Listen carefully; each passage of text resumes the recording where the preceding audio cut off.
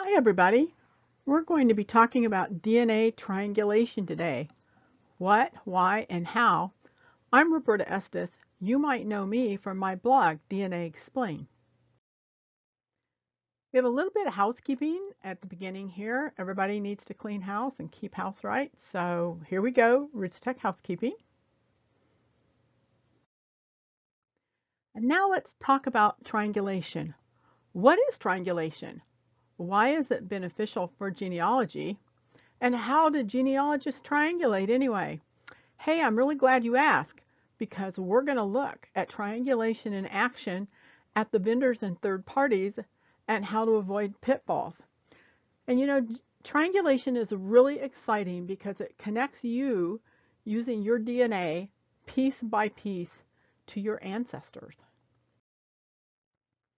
The goals of triangulation are to identify common segments of DNA with multiple matches that descend from a common ancestor in order to identify that ancestor or confirm that ancestor or break down those brick walls. So what is triangulation? Well, some people use the word triangulation differently, and it's important to understand what that other person actually means when they're talking about triangulation, because there's a lot of confusion around this word and this issue, but people don't realize that they're confused. So let's talk about what triangulation is and isn't, so that when you're actually talking about triangulation, you'll be talking about the same thing. Triangulation isn't shared matches. Shared matches may match you on different segments and also may match each other on different segments. Triangulation isn't phased matching, which only determines parental sides. Triangulation isn't tree triangulation, which is shared matches plus ancestors and trees. Again, they could be completely different ancestors that you're matching on. Triangulation is when you match 3 or more people that aren't close family, when you match those people on the same segment, and when you track to the same ancestor. Let's look at shared matches versus triangulation. Here's an example of you matching person A, person B, and person C. You can match person A, which could be on my Estes line, person A on my Bolton line on chromosome 2, and person B on chromosome 3, and person A and B could match each other on chromosome 1, which is the John Smith line, which has nothing to do with Bolton or Estes. So when you're looking at shared matches, realize that you can all match each other on different chromosomes and different ancestors. You can all match each other on different chromosomes, but the same ancestors. You could match A and B on the same chromosome, but one could match you on your paternal side and one could match you on your maternal side. A and B may not match each other, and you may have no way of knowing that. And A and B might match each other, but due to completely different ancestors entirely. So how do we resolve this? That's why we need triangulation. The first thing we're going to talk about is parental phasing versus triangulation, because these are kind of related topics, but they're not exactly the same. Phasing identifies the match to your maternal or paternal side only. So there's no triangulation that's actually necessary. So if your parents have tested, then that's easy because every match that's a legitimate match that you have will match you and your father or you and your mother. So perhaps you don't have your parents, but maybe your grandparents. This doesn't work with siblings unless they're half siblings because of the fact that full siblings are going to carry DNA from both of your parents, so you can't tell which side it came from. But half siblings carry only DNA from one parent or the other, so anyone that matches you and a half sibling would match on that parent's side. So phasing can be done by shared matches with very close family members or a downloaded match file.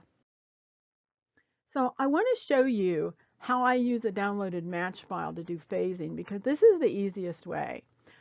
You can download all of your matches from various vendors in a CSV file, and they all match you.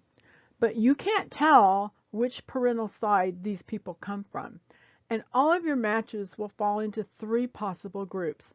They'll either be paternal matches, they'll be maternal matches, or they'll be false positives. And if you look here at the start and end location, I want you to think of a street, and these are addresses. And your dad lives on one side of the street, and your mom lives on the other side of the street. These are your two chromosomes, but the house numbers are the same. So you can't tell by looking at the house number whether this match lives on your mom's side or your dad's side. And false positives are when there's a little bit of DNA that they match from your mom and a little bit of DNA that they match from your dad. So it looks like they match you, but they don't match you through either one of your parents. That's how you know it's false. So what I do is I've taken an example here where my download file with my matches is here. I showed you that. And then I downloaded my mother, and I colored her matches all pink. And then I downloaded my father, and I colored his matches all blue. And I combined those into one spreadsheet. And I sorted them then by end location, start location, and chromosome. So what this does now is you can see that Donald matches me and my mother, Jim matches me and my mother, Sherry matches me and my father, and Amos matches me and my father. So now I can tell which people match on which side, and those are phased matches. Now, if I had another person here on my list that matched me, but neither of my parents, then I know that's not a legitimate match. That's a false positive. And you can do this by in common matching as well. For each person, you can look at them and see if they match your parent in common. But I think it's a lot easier when you're just trying to do phase matches to download the file for both of your parents and yourself, combine them, and then sort them, because then you can see. Just don't forget to color code them first. Another confusing point is tree triangulation, and I don't know what else to call this, but Ancestry doesn't provide segment location information. And so people will say, oh, I triangulate with them because I have shared matches, and then we have a common ancestor in a tree. So they try to triangulate their matches with the trees, and that might be useful, and sometimes it's very useful actually, but it's not triangulation, because we don't know if they share the same DNA segment. We don't even know if that segment's through that ancestor. So they could match, and they could have the same ancestor in the tree, but that segment might not go to that ancestor at all. So it's not as scientifically sound as triangulation, because they could be different segments and they could be different ancestors. And when people at Ancestry say, but I triangulate, this is usually what they mean. It's not true triangulation. But the good news is people at Ancestry can transfer to other companies that do have true triangulation. So what is autosomal triangulation? It's a mathematical triangulation of matching segments, where there's a minimum of 3 or more people, you being one of those, that all match each other on that same genetic location. That means you match both people and they match each other, which tells you it's on the same side of the street. On a reasonably sized segment, which is normally 7 centimorgans or larger, that's not a close family member. In other words, so if you match a sibling and that's one of the 3 people, that's probably not a really good match, because you could both have a false positive because that person's matching the same DNA that you and your sibling inherited from both parents. The goal is to reach further back in time, so not close family members, meaning for triangulation, you're looking to identify more distant ancestors. And then adding the genealogy on top identifies the specific segment to an ancestral line. So matching on different segments is not triangulation. Every segment is triangulated separately. So I showed you a minute ago what triangulation wasn't. So now let's look at what triangulation is with these same three people. So here you are again at the bottom, and you match person A through 1 to 200,000 at 20 centimorgans. You match person B through John R. Estes and Nancy Ann Moore, chromosome 1, position 1 to 150,000 for 15 centimorgans, and person A and B match each other on that same part of chromosome 1.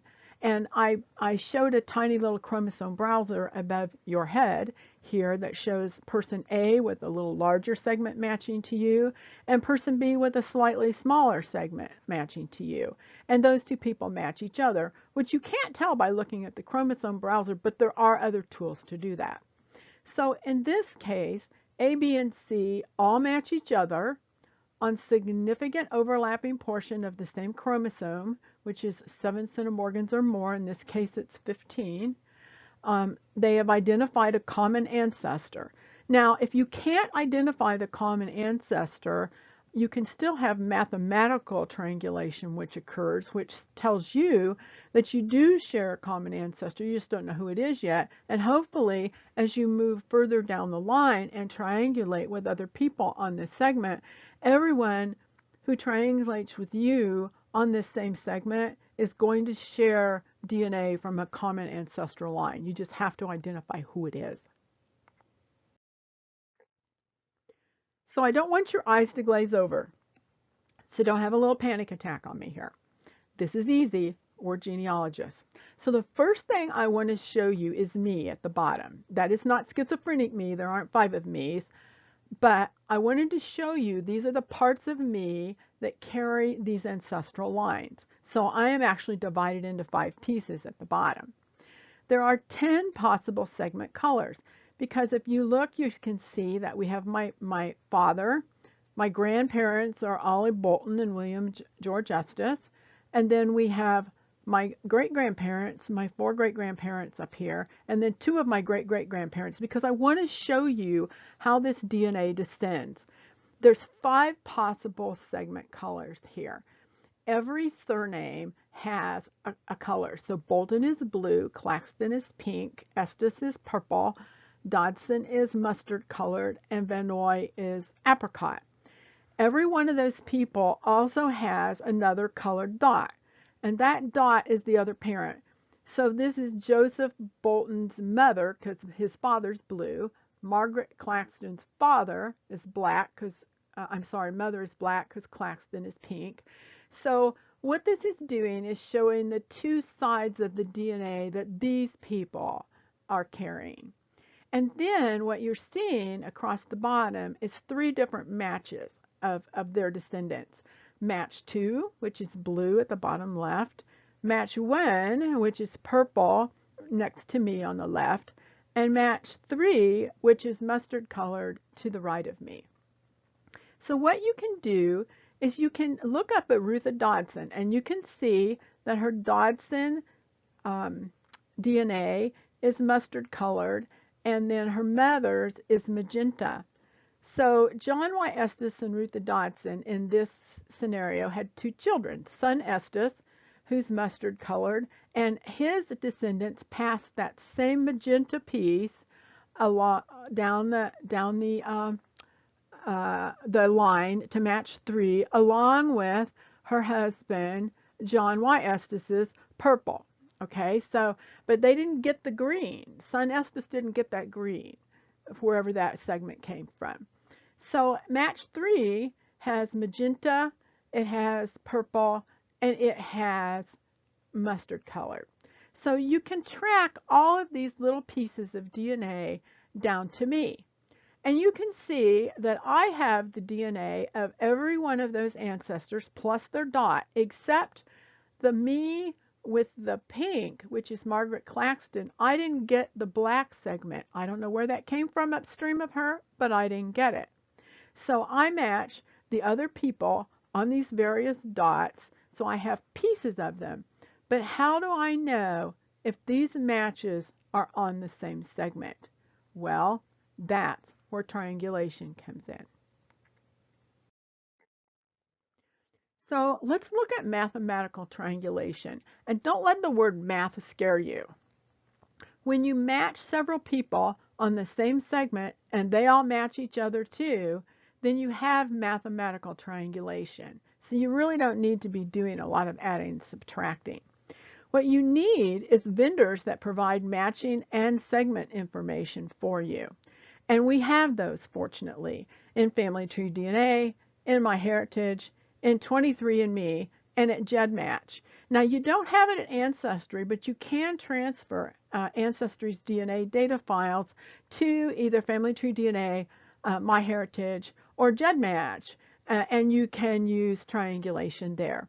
And at the bottom of these slides, as I move forward, there are article links, and they're also in the PDF file that goes with this session that holds different articles that provide you with more information and detailed step-by-step information on how to do the triangulation at each one of these vendors that I'm going to be talking about. So triangulation, it's relative. So phasing determines parental sides. If the match doesn't phase to either parent, it's false. So if you have both parents and it's a false match, just eliminate that, set it aside because it's not relevant. You want to test close relatives, including siblings, if both parents aren't available. Why is that? Well, your siblings' DNA can provide you with match information that you don't have because they inherited different DNA from your parents than you did. Some of the same, but some of it's different too. So their matches will help your genealogy just as much as your own matches do. It's just that you have to look at theirs separately. They can't help you with triangulation. You need to identify common ancestors with your matches.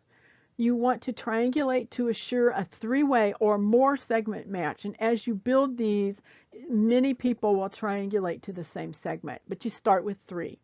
And you want to identify that segment to a common ancestor or couple. And I talk about identical by state, descent, population, and chance. Identical by chance is false matches in this article noted here at the bottom. So remember, every segment has a story. That means if you match someone on multiple segments, there's multiple stories to be told.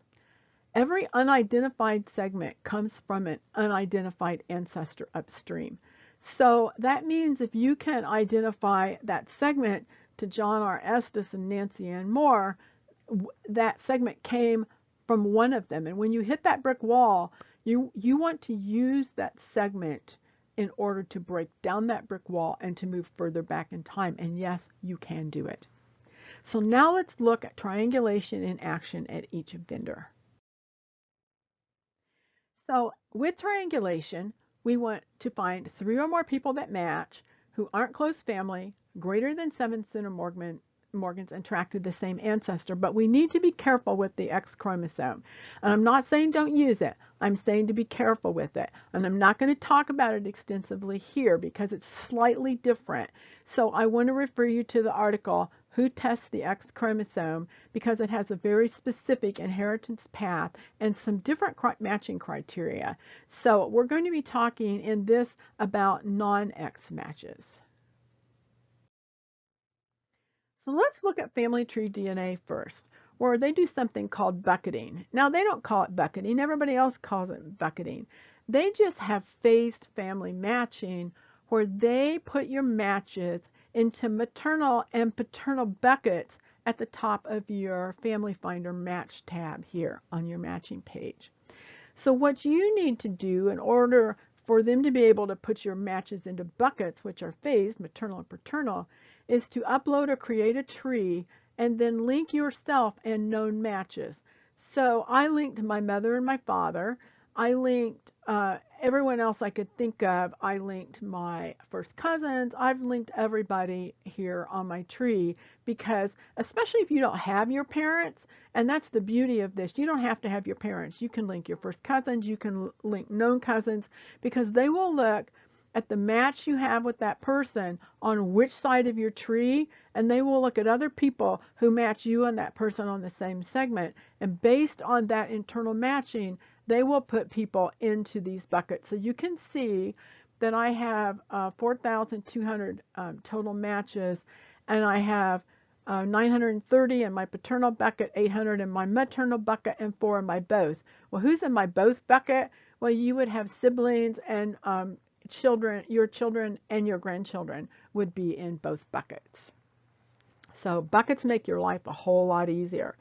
Now, what you can't tell from a bucket is if those people match each other, but they should. So here's the article for you, Triangulation in Action at Family Tree DNA. And then at Family Tree DNA, you can look at the matrix tool. There's a matrix tool that allows you to compare people that you match to see if they also match each other. Now, if they're in the buckets, they should match each other, but maybe they're not in the bucket. Maybe there wasn't a large enough segment, because the segment, in order to be put in a bucket, needs to be larger than the matching segment. So maybe these people just missed that threshold. So you can look at the matrix tool in order to see if those people also match each other in addition to you. Now, they might not match each other on the same segment, but if you only match each other on one large segment and they also match each other, then it's very likely that they do, especially if you're bucketed to the same side. They pretty much have to. And you can confirm that on the chromosome browser. So you can also download your segments like I have in this file here, and you can look at the downloaded file along with links and notes and, of course, both parents. And you can use Genetic Affairs. They have a tool called Auto Cluster, Auto Segment, and Auto Tree. And the Auto Tree tool is great because it does something that Family Tree DNA doesn't do. It looks at the GEDcom files of your people who match, and it creates a tree from any common ancestors to you and that person. So, and it does that for everybody. So if you have 10 people who descend from that same ancestor, it will be reflected in that file. So that's a wonderful tool. And again, here's a Genetic Affairs Instructions and Resources article. Now let's move to MyHeritage. They have a specific tool for triangulation. It's found under your shared DNA matches. And what it shows is me on the left and a match named Alberta on the right. And then we have a shared match whose name is Buster. And it gives me information about how he's related to me and then how he's related to Alberta. And then there's this really cool little icon on the right. See that little purple thing with the bracket around it? That's your triangulation icon. And that tells you that Buster triangulates with me and Alberta.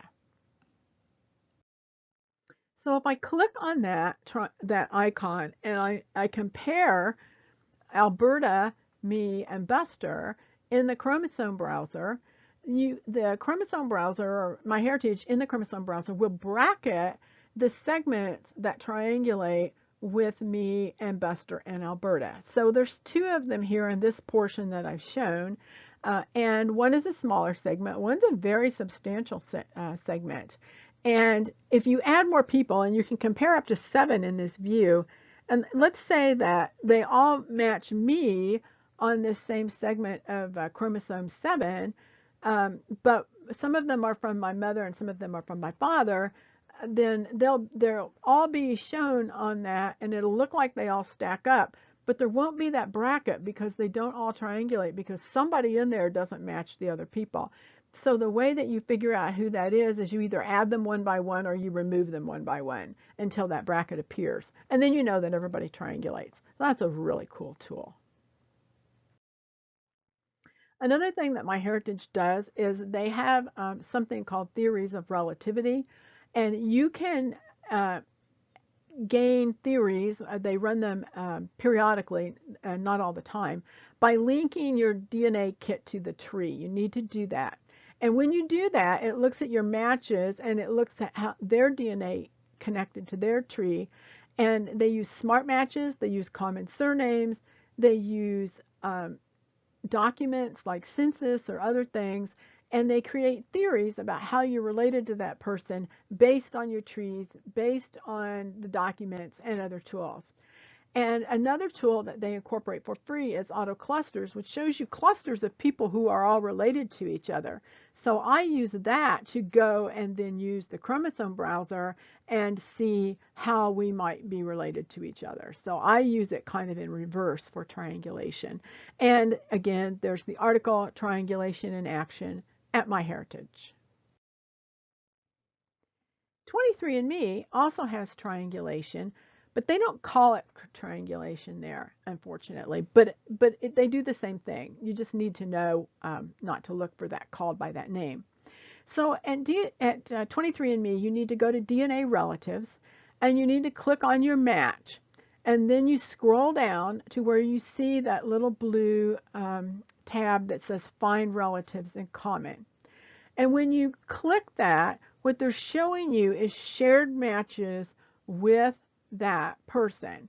So in this case, Everett Harold, and that is not a last name, so this is anonymized, and I have these following relatives in common. So what we have is there's my V4 test. That's there because I have two separate tests, a V3 and a V4. Then we have two other people that are showing. And see where it says shared DNA? Remember I said before, shared DNA doesn't mean that's triangulated. What? 23andMe, it does mean that. I know it's confusing, but you just have to remember or get this slide out or read that article about triangulation in action at 23andMe. Shared DNA at 23andMe means it triangulates. And so in this case, it triangulates between myself, Everett Harold, and my other kit. Of course, everything's going to. Myself, Everett Harold, and DH, and myself, Everett Harold, and Stacy do not triangulate. So I've got two yeses and a no. So if I want to look at the chromosome browser, what I need to do is click on the yes. So here we are. I've clicked on the yes, and so I have me and Everett Harold and Stacy. Those are the three that I've selected, or the two that I've selected other than myself. And so the overlap is triangulation because we match each other and me on that same segment of DNA, and you can see it here stacked up. There's no brackets, but you'll know because it's the overlapping portion.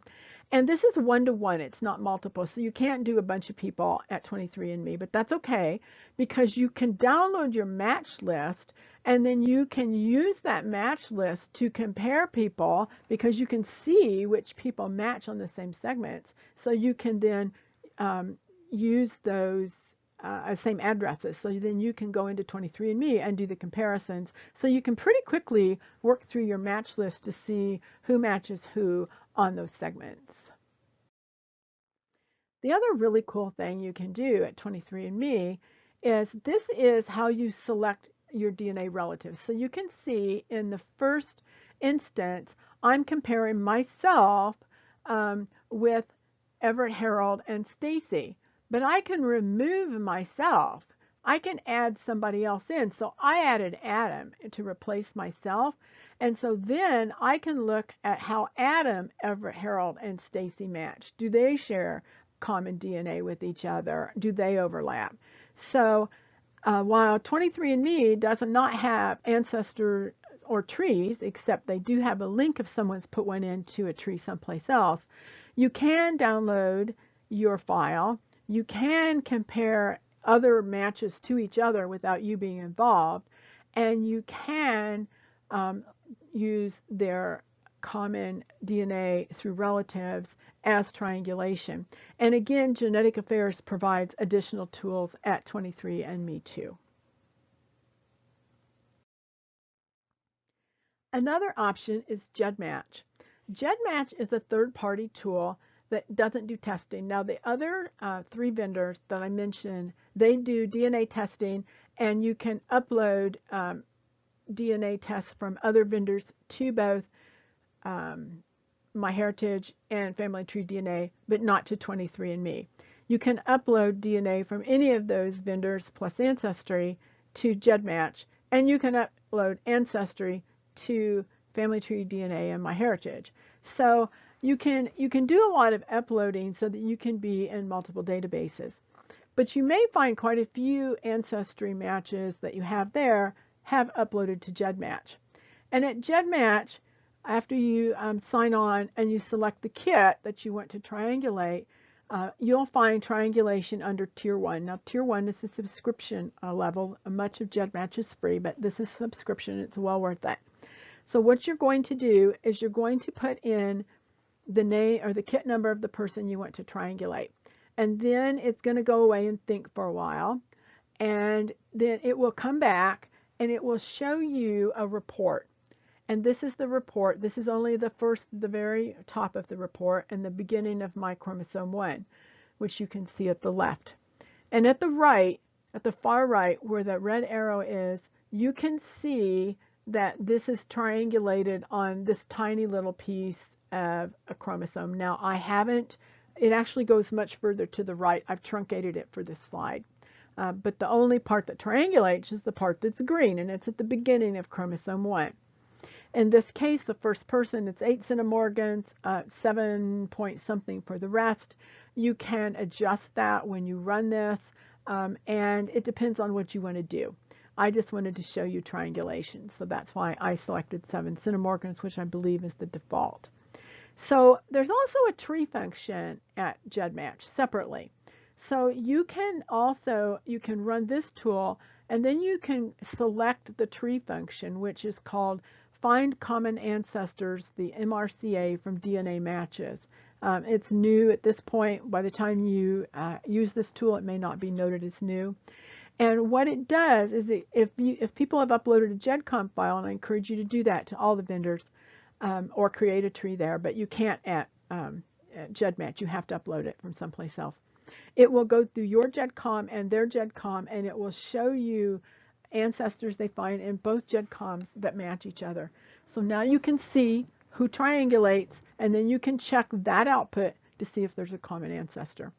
You can also see, based on the beginning of the test, you can see the T's at the left under beside the chromosome. You can see the first one is T4, second one's T8. T was Family Tree DNA, A was Ancestry, and many of these reports at GEDmatch tell you the source of the kit itself, which means that even if you can't figure it out here and you can figure out that that person matches you at Ancestry, you may be able to find them at Ancestry, or you can email them and ask what their username is at Ancestry to see if you match there, and if you have a through lines, or at MyHeritage to see if you have a theories of family relativity, which are tools that will help you put together people you match on their DNA and also in their trees. And now we're to one of my favorite tools, DNAPainter. And DNAPainter is different than any of the tools that I've shown you, because the tools that I've shown you so far at the vendors and at GEDmatch, those tools rely on mathematical triangulation. They rely on matching DNA, and the vendors actually show you who matches. DNAPainter is different, because what you do at DNAPainter is you identify your match at one of the vendors or at GEDmatch as maternal or paternal. And then you copy the information from that match. So if you match on chromosome 1 from location 1 to 200,000 and it's 700 SNPs, you just highlight that or copy it from a spreadsheet. There's instructions for each vendor, and you paste it, and then DNAPainter paints that onto your chromosomes. Now what you're seeing here is you're seeing the composite of all my painting that I've been doing for the past 2 or 3 years, ever since DNAPainter was introduced, because I paint every known match. And the reason I paint every known match, and remember I say known, that means I know the ancestor, is because anybody else that then matches me on that segment on either the maternal or the paternal side means that we match through the same ancestral line. Maybe not the same ancestor, but that line, someplace in that line.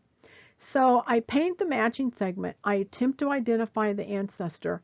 And when you paint at DNAPainter, triangulation just happens. And it shows the history of that segment, and it lets you put everything in one permanent place. And that's what I use DNAPainter for. I paint matches, triangulated matches from every vendor once I have identified the ancestor with any specific match, and then I move on and I triangulate, and it just happens at DNAPainter. Let's take a look. So I tried to pick a small one.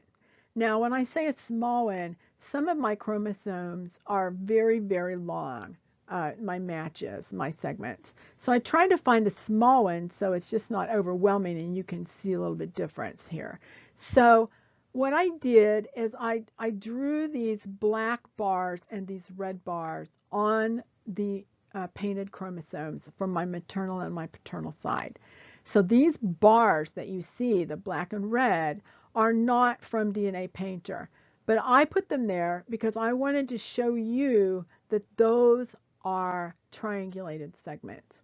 So I want to look specifically at my paternal triangulated segment that's between the red bars with the red arrow.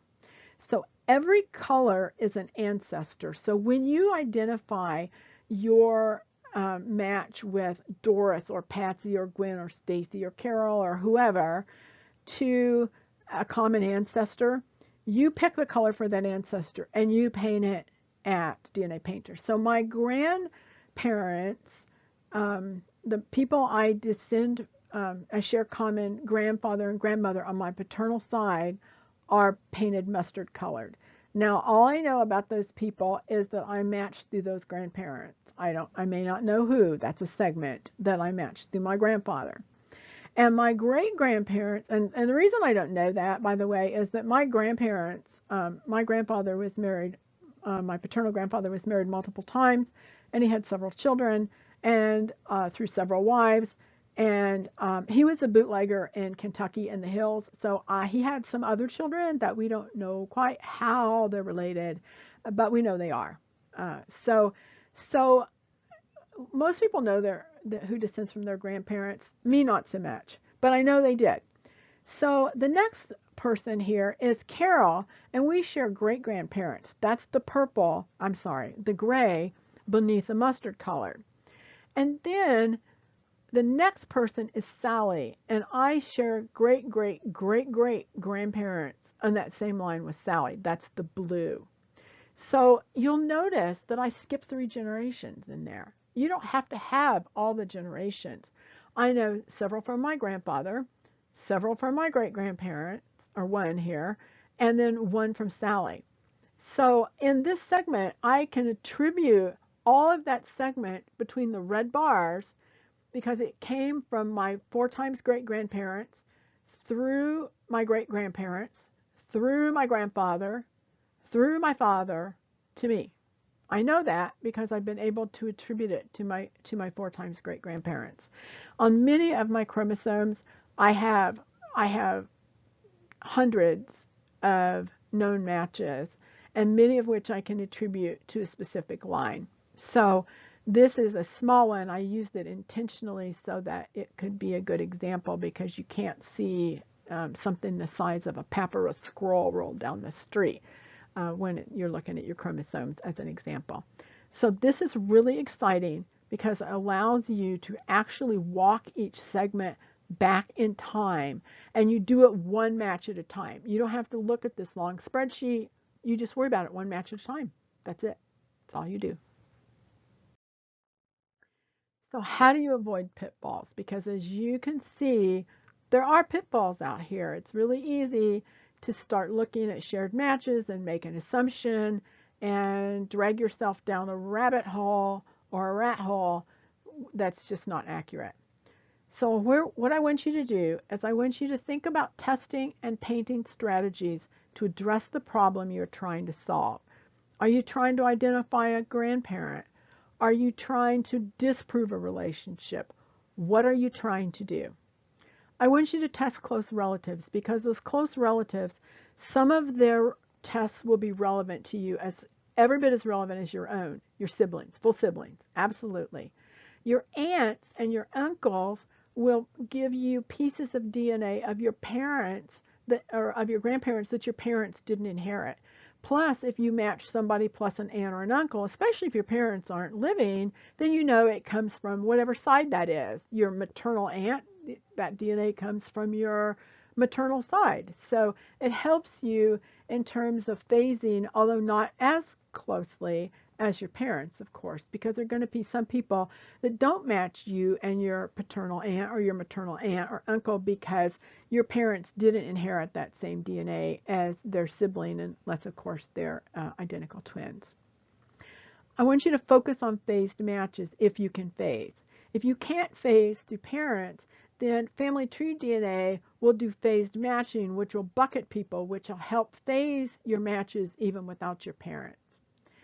You should paint your closest matches first. Why is that? Well, first of all, they're easiest to identify, right? And then you can at least learn that that segment came through your paternal grandfather and then your paternal great-grandfather and then his mother, and it allows you to gradually walk your way back in time. Now, what happens if you paint somebody? Everybody lives in Claiborne County in Appalachia. All my ancestors lived in the same area. So I identified somebody that I thought was descended on a particular segment from an ancestral couple, but it turns out those ancestral couples were related to each other. So I got people on this same segment from two ancestral couples, and I was really confused for a while until I realized those people are related to each other. That's endogamy, or at least pedigree collapse. So you may have segments that could descend from multiple ancestors to you. So it's possible to have that. And I see it in the Jewish population and the Akkadian population a lot. Or you can have people that match with the same match individual on different segments. So you have somebody you match on two different segments, but those segments, one is from one ancestor and one is from another ancestor. So every segment has its own history. And I have one that was really confounding because I had somebody that matched me on both my mother and my father's side on one segment.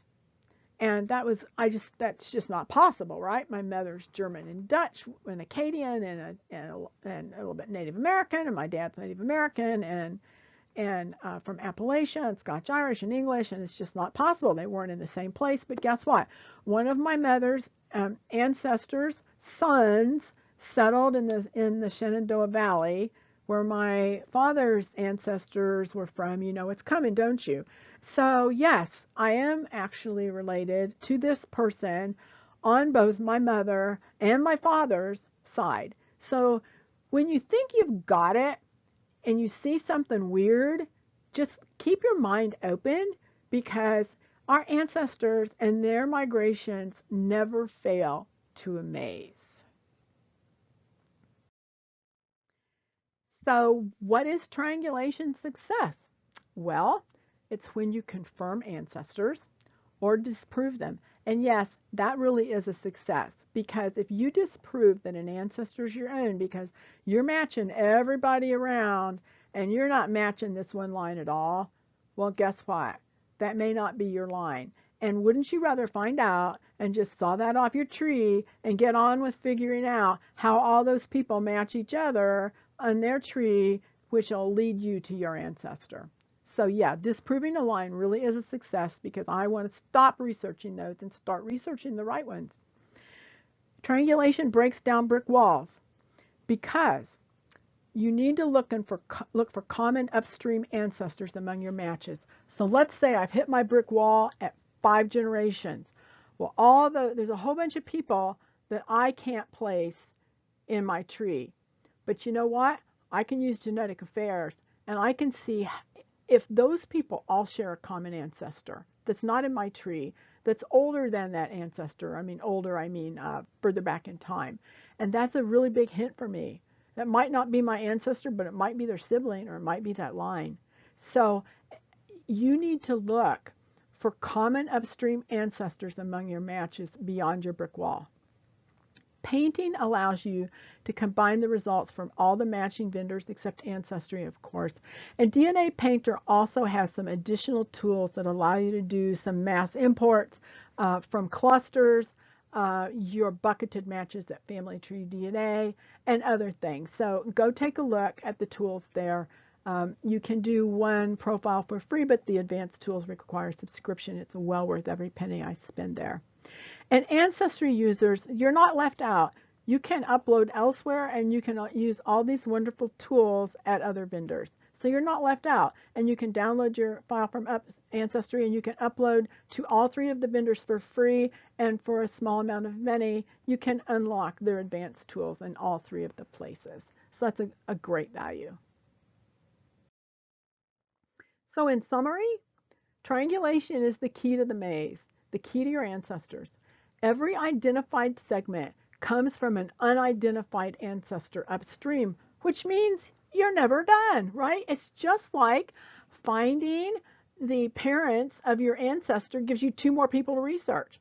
So, you know, you're laughing. I know you are, because people say, when are you going to be done with your genealogy? And we just kind of roll our eyes, and we know the answer is never.